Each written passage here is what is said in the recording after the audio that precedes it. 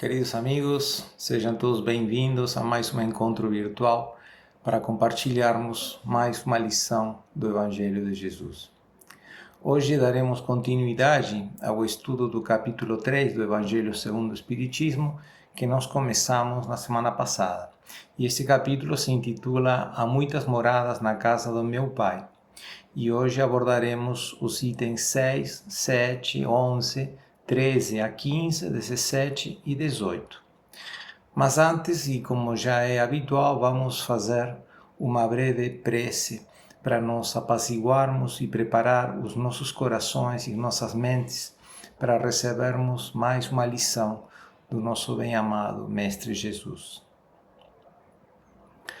Pai, primeiramente queremos agradecer a oportunidade que nos dás de podermos aprender mais uma lição do Evangelho de Jesus.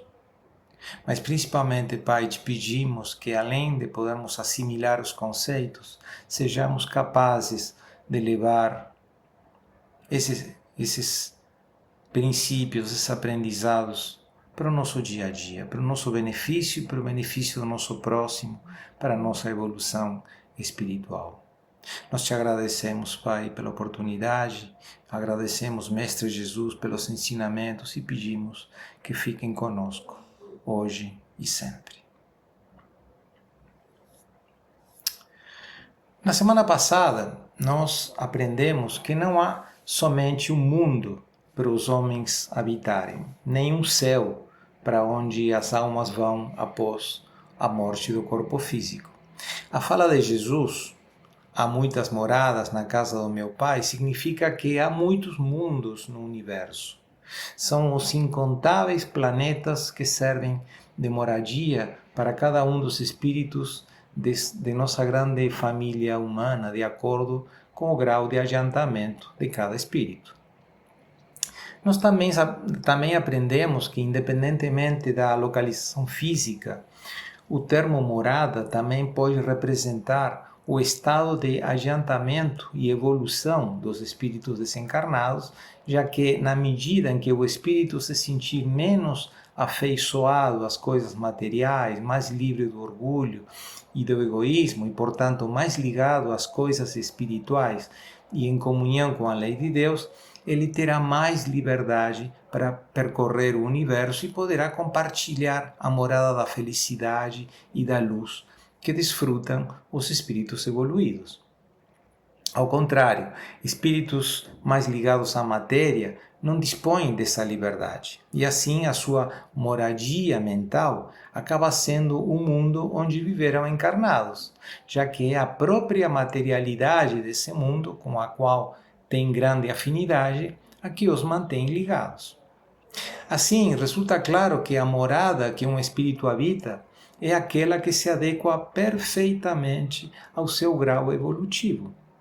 Os diversos mundos que existem no universo possuem condições muito diferentes uns dos outros. Da mesma forma que existe toda uma escala de evolução dos espíritos, que vai desde os mais primitivos espíritos impuros, recém-criados, até os espíritos puros, também isto acontece com os mundos. E aqui surge a pergunta: em que ponto da escala evolutiva está situado o nosso planeta Terra?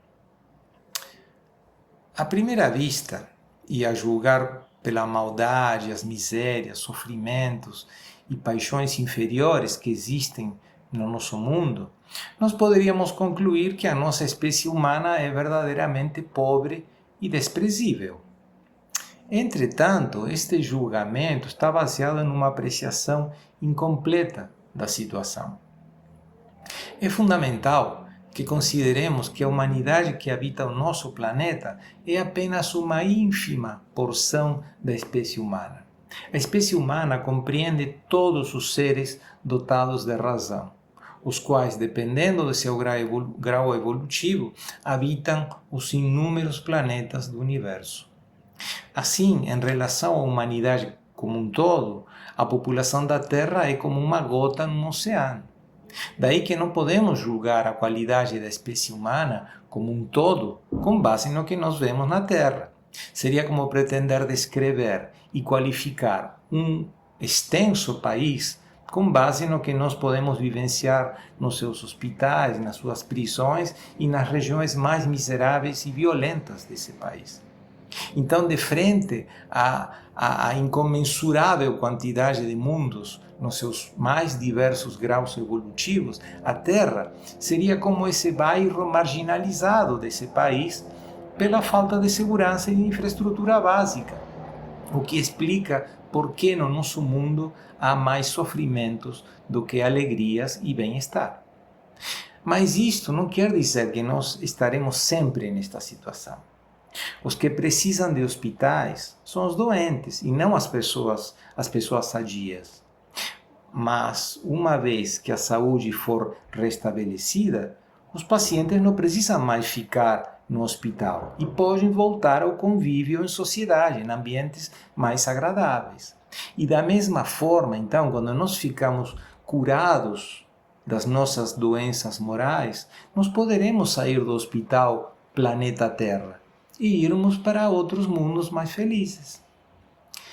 Infelizmente, no estado evolutivo em que nós nos encontramos, somente valorizamos a virtude quando esta está ausente e predominam os defeitos.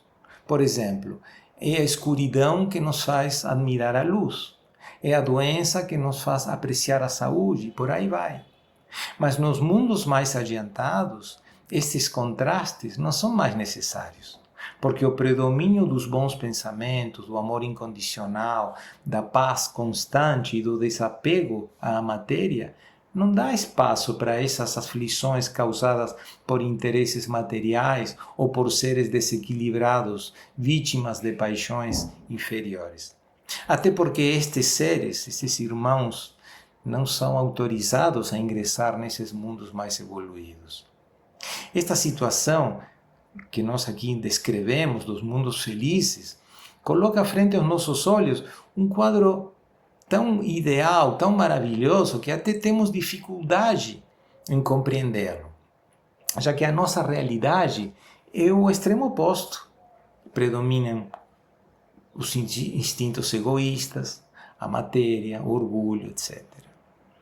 Esta é a realidade que está de acordo com o nosso grau evolutivo, bastante inferiorizado ainda, a qual nos impede que nós possamos sequer imaginar na sua verdadeira extensão, as belezas dos mundos espiritualizados.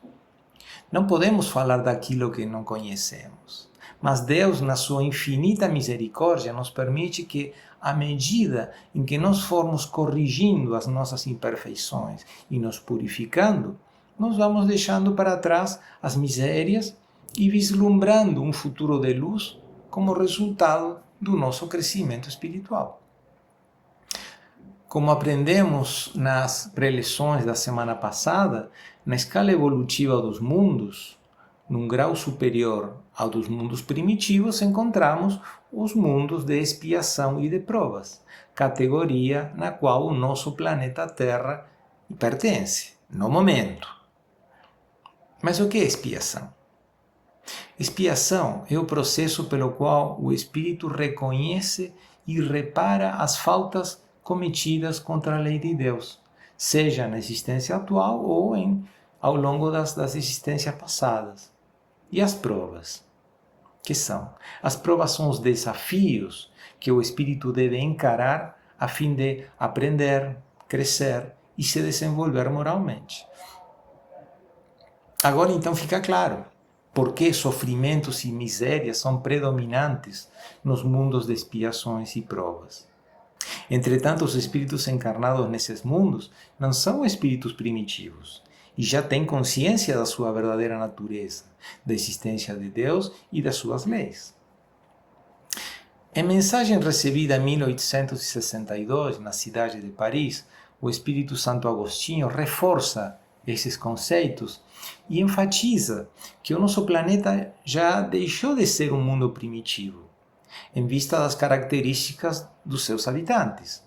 A inteligência predomina e há qualidades inatas que evidenciam que nós já passamos por encarnações anteriores e realizamos grandes progressos intelectuais, apesar das imperfeições morais que ainda carregamos, a julgar pelos nossos vícios, nossas más inclinações. E melhor do que a escola da Terra para espiarmos as nossas faltas através do trabalho no bem, para assim sermos aprovados e passar para um mundo feliz? O que é melhor do que isso? É o nosso planeta necessário para esses objetivos.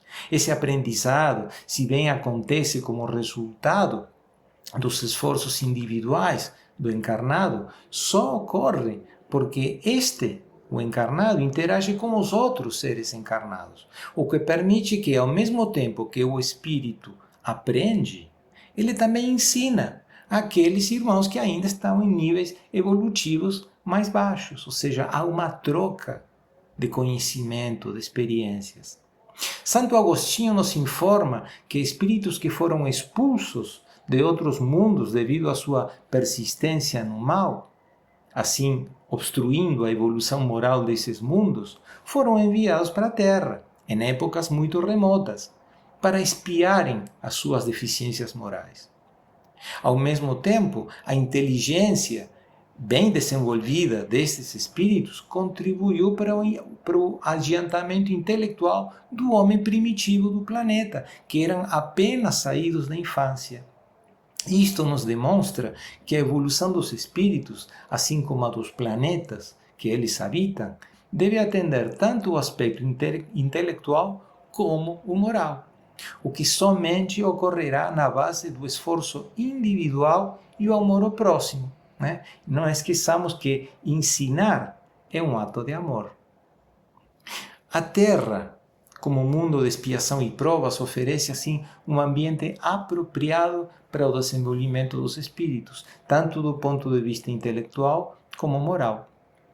O desenvolvimento da inteligência é estimulado para enfrentar as dificuldades e desafios da própria natureza terrena. Por exemplo, no controle das doenças, enfrentando as inclemências do clima e os fenômenos geológicos que constantemente desafiam a integridade física e as necessidades do homem, quanto a moradia, alimentação, cataclismos, segurança, sobrevivência frente a predadores, etc. O desenvolvimento da moral, por outro lado, é estimulado na medida em que o homem passa a compreender que é somente na base do amor ao próximo que ele e a sociedade como um todo deixará de ser vítima do egoísmo, do orgulho e das paixões associadas que condicionam a verdadeira felicidade na Terra. Então fica assim evidente como a inteligência suprema de Deus age no universo através das suas leis, promovendo o progresso dos espíritos e dos mundos a partir do trabalho e do amor. E no caso da Terra, este progresso fará com que o planeta deixe de ser um mundo de expiação e provas para passar à categoria de mundo de regeneração. Os mundos de regeneração são uma categoria intermediária na escala evolutiva dos mundos rumo à verdadeira felicidade. Nesses mundos, os espíritos encarnados ainda passam por expiações, mas fazem isto em um ambiente que os encoraja, fornecendo-lhes novas forças e o repouso necessário para o espírito se refazer das fadigas resultantes da luta interna contra o mal. O Espírito Santo Agostinho, ainda sobre esse assunto, nos esclarece que o espírito arrependido das suas faltas contra a lei de Deus encontra nestes mundos de regeneração a paz e o descanso necessários no processo de purificação. Os habitantes desses mundos ainda estão sujeitos aos desafios e às adversidades da matéria. Ainda têm provas para enfrentar, mas sem as aflições da expiação. O espírito já não está mais acorrentado às paixões inferiores que o escravizava no mundo de expiações e provas. Orgulho e inveja já foram extirpados desses mundos. E o amor é a regra que rege as relações interindividuais, já que os habitantes desses mundos têm Deus e a sua lei gravados não só na consciência, mas principalmente nos corações. Como a ligação à matéria é menos intensa nesses mundos, os seus habitantes conseguem enxergar mais claramente os objetivos da evolução espiritual e compreendem quais são as verdadeiras alegrias que experimentará o espírito desencarnado quando estiver livre das imperfeições que o afetam e em harmonia com a lei do amor. Vale ressaltar que a felicidade nesses mundos ainda não reina de forma absoluta, mas os espíritos encarnados nesses mundos já conseguem ver e sentir que ela está a caminho. Em relação à Terra, os mundos de regeneração são como o repouso que um paciente precisa depois de ter passado por uma doença grave, altamente debilitante.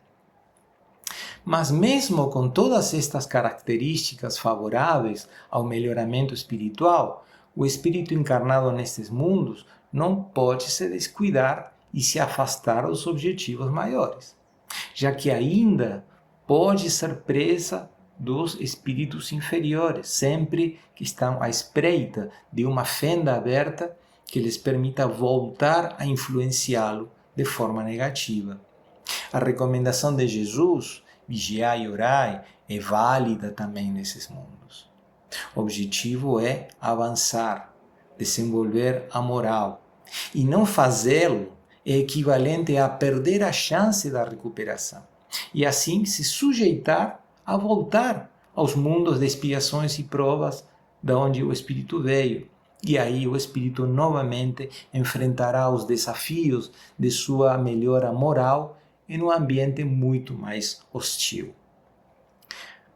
Assim, meus irmãos, na próxima oportunidade que nós tivermos de observar o céu numa noite sem nuvens, pensemos nessa infinidade de estrelas que, assim como o nosso Sol, são as fontes de luz e calor para os planetas que giram em torno delas. Pensemos que esses planetas, alguns mais felizes, outros menos do que o nosso, são as moradas que albergam e acolhem os nossos irmãos de humanidade, assim como o planeta Terra o faz conosco, para que cada espírito encarnado possa percorrer o seu próprio caminho evolutivo. E parafraseando o espírito Bezerra de Menezes, vamos agradecer ao Pai, quem com incomensurável amor não nos nega a oportunidade de transitar pelos diversos mundos do universo infinito no processo de evolução que a sua caridade nos oferece.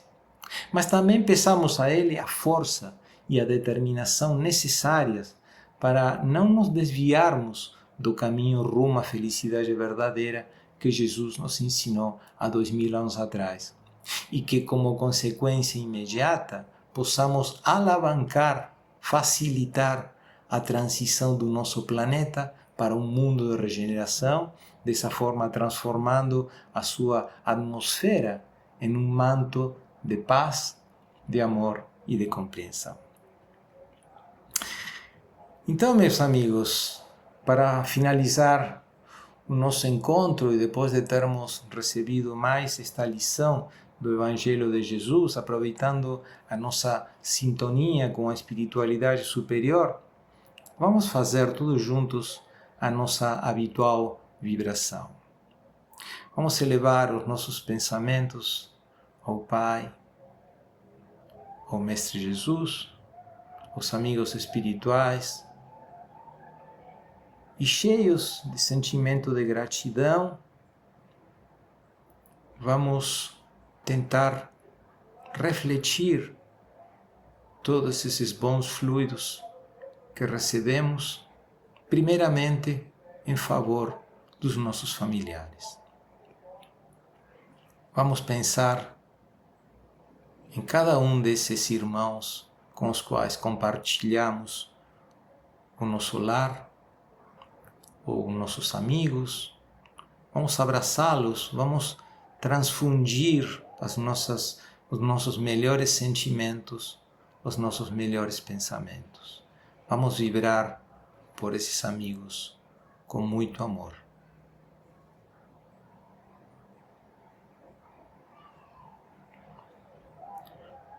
E agora vamos nos lembrar daquele irmão ou aqueles irmãos que possam ter nos solicitados uma vibração em seu favor, para que as suas aflições, as suas dores sejam de alguma forma atenuadas.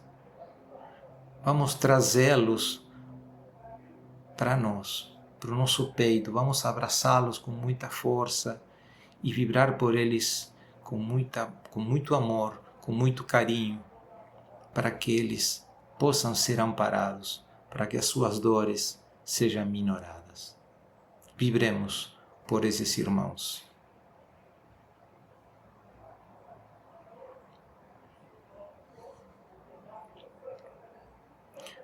Novamente, Pai, nós te agradecemos pela oportunidade de estarmos aqui todos reunidos em pensamento, em torno das suas leis, em torno da doutrina que o nosso Mestre trouxe para nós. E pedimos, Pai, que possamos levar todos esses aprendizados à prática e que possamos nos reunir numa próxima ocasião para mais um aprendizado das suas divinas leis, da divina doutrina do nosso Mestre Jesus. Obrigado, Pai. Obrigado, Mestre. Obrigado, amigos espirituais. Fiquem conosco, hoje e sempre. Assim, meus irmãos, sendo só por hoje, eu agradeço a atenção de todos e me despeço, desejando a todos muita saúde, fé e paz no Cristo, e até o nosso próximo encontro.